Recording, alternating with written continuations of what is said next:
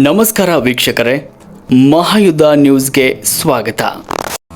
ನ್ಯಾಯಕ್ಕಾಗಿ ಪೊಲೀಸ್ ಅಧಿಕಾರಿಗಳ ವಿರುದ್ಧ ಗಂಭೀರ ಆರೋಪ ಮಾಡಿದ ಕುಟುಂಬ.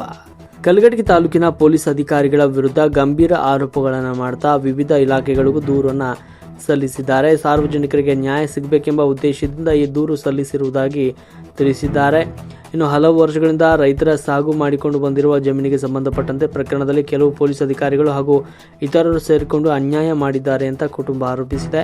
ಪ್ರಕರಣಕ್ಕೆ ಸಂಬಂಧಪಟ್ಟಂತೆ ಸರಿಯಾದ ತನಿಖೆ ನಡೆಯದೆ ದೂರುದಾರನಿಗೆ ಮಾನಸಿಕ ಒತ್ತಡ ಹಾಗೂ ಜೀವ ಬೆದರಿಕೆ ಉಂಟಾಗಿದೆ ಅಂತ ದೂರಿನಲ್ಲಿ ಉಲ್ಲೇಖಿಸಲಾಗಿದೆ.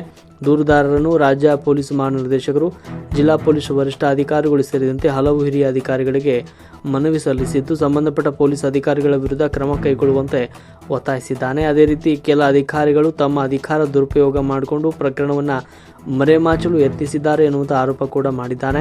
ದೂರಿನಲ್ಲಿ ಕೆಲವು ಅಧಿಕಾರಿಗಳ ಹೆಸರುಗಳನ್ನು ಕೂಡ ಉಲ್ಲೇಖಿಸಿ ಅವರ ವಿರುದ್ಧ ಶಿಸ್ತು ಕ್ರಮ ಜರುಗಿಸಬೇಕು ಅಂತ ಮನವಿಯನ್ನು ಮಾಡಿದ್ದಾನೆ. ಇದಲ್ಲದೆ ರೈತರು ಹಲವು ದಶಕಗಳಿಂದ ಉಳುಮೆ ಮಾಡ್ತಾ ಇರುವ ಜಮೀನುಗಳ ಬಗ್ಗೆ ನಕಲಿ ದಾಖಲೆಗಳ ಮೂಲಕ ವ್ಯವಹಾರ ನಡೆದಿರುವ ಅನುಮಾನ ವ್ಯಕ್ತಪಡಿಸಲಾಗಿದೆ. ಈ ಕುರಿತು ಸಮಗ್ರ ತನಿಖೆ ನಡೆಸಿ ಸತ್ಯಾಸತ್ಯತೆ ಬಹಿರಂಗಪಡಿಸಬೇಕು ಅಂತ ಸಾರ್ವಜನಿಕರು ಆಗ್ರಹಿಸಿದ್ದಾರೆ. ಈ ಘಟನೆ ಇದೀಗ ಕಲಘಟಗಿ ಭಾಗದಲ್ಲಿ ಚರ್ಚೆಗೆ ಗ್ರಾಸವಾಗಿದ್ದು, ಸಂಬಂಧಪಟ್ಟ ಅಧಿಕಾರಿಗಳು ಯಾವ ಕ್ರಮ ಕೈಗೊಳ್ಳುತ್ತಾರೆ ಅನ್ನೋದನ್ನು ಕಾದು ನೋಡಬೇಕಾಗಿದೆ. ವರದಿ ಮಾರುತಿ ಲಮಾಣಿ, ಮಹಾಯುದ್ಧ ನ್ಯೂಸ್, ಕಲಘಟಗಿ. ನಮ್ಮ ಮನೆ ಹಿಂದೆ 6 ತಿಂಗಳ ಹಿಂದೆ ಮೌಲಾ ಸಾಬ್ ಗಾಂಧೀರ್ ಸಾಬ್ ಪೆಂಡ್ಯಾರಿ ಅನ್ನುವಂಥ ಒಬ್ಬ ವ್ಯಕ್ತಿ ಅಲ್ಲೇ ಕೆಡವಿ ಎಲ್ಲ ನಾಶ ಮಾಡ್ತಿತ್ತು. ಆ ಹಂಚು ಕಟಿಗಿ ಅಲ್ಲಿರ್ತಕ್ಕಂಥ ನನ್ನ ದನ ಕರ ಎಲ್ಲ ಅದೇ ಜಾಗದಲ್ಲಿ ವಾಸ ಮಾಡ್ತಿತ್ತು. ವಾಸ ಮಾಡುವಂಥ ಹೇಳಿದಲ್ಲಿ ನನ್ನ ಸಣ್ಣ ಮಗ, ನನ್ನ ಸಣ್ಣ ಸೊಸಿ ಇಬ್ಬರು ನನ್ನ ತಮ್ಮನ ಮನೆಯಲ್ಲಿ ಬೇರಿತ್ತು. ಆ ಮನೆ ಕೆಡವಿದಿಂದ ಅಲ್ಲೇ ವಾಸ ಮಾಡ್ತಿದ್ರು.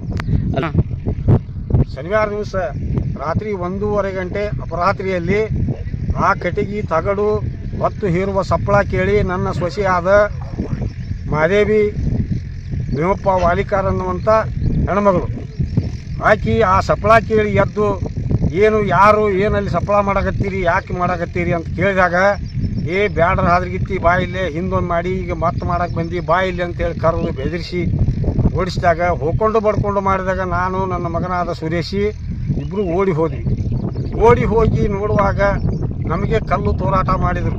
ನಾವು ಅವರು 20-30 ಮಂದಿ ಇರುವುದರಿಂದ ಹಿಂದ್ಕೊಳ್ಳಿ ನಾವು ಪರಾರಿ ಓಡಿ ಬಂದ್ವಿ. ನಮ್ಮ ಜೀವನವನ್ನು ಬೆದರಿಕೆಯಲ್ಲಿ 1:30 ಗಂಟೆಯಲ್ಲಿ ಅಪರಾತ್ರಿಯನ್ನು ಇಲ್ಲಿ ದಾಂಧಲೆ ಮಾಡಿ ದೌರ್ಜನ್ಯ ಮಾಡಿ ನಮ್ಮ ಕಟಿಗೆ ಹಂಚನ್ನು ಎಲ್ಲ ಹೊತ್ತುಕೊಂಡು ಕಳವು ಮಾಡಿಕೊಂಡು ಹೋದಂಥ ವ್ಯಕ್ತಿ ಮೌಲಾ ಸಾಬ್ ರಾಮಸಿಂಗ್ ಪೆಂಡ್ಯಾರಿ. ಅವರ ಹಿಂದೆ ಅವನ ಎಲ್ಲ ಬಳಗ ಮಂದಿ 20 ಜನ ಹಿಂದೆ ಇತ್ತು. ಆದ ಕಾರಣ ನಾವು ಪೊಲೀಸ್ ಸ್ಟೇಷನ್ಗೆ ರವಿವಾರ ದಿವಸ ಫಸ್ಟ್ ಹೋಗಿ ಕಂಪ್ಲೇಂಟ್ ತೊಗೊಳ್ರಿ ಅಂತ ಅಂದಾಗ ನಮ್ಮ ಸಾಹೇಬ್ರಿಲ್ಲ, ಆ ಸಾಹೇಬ್ರಿಲ್ಲ, ನಾಳೆ ಬರ್ರಿ ಅಂದರು. ಮತ್ತು ಮರುದಿವ್ಸನ ಸೋಮವಾರ ದಿವಸ ಆದ್ವಿ.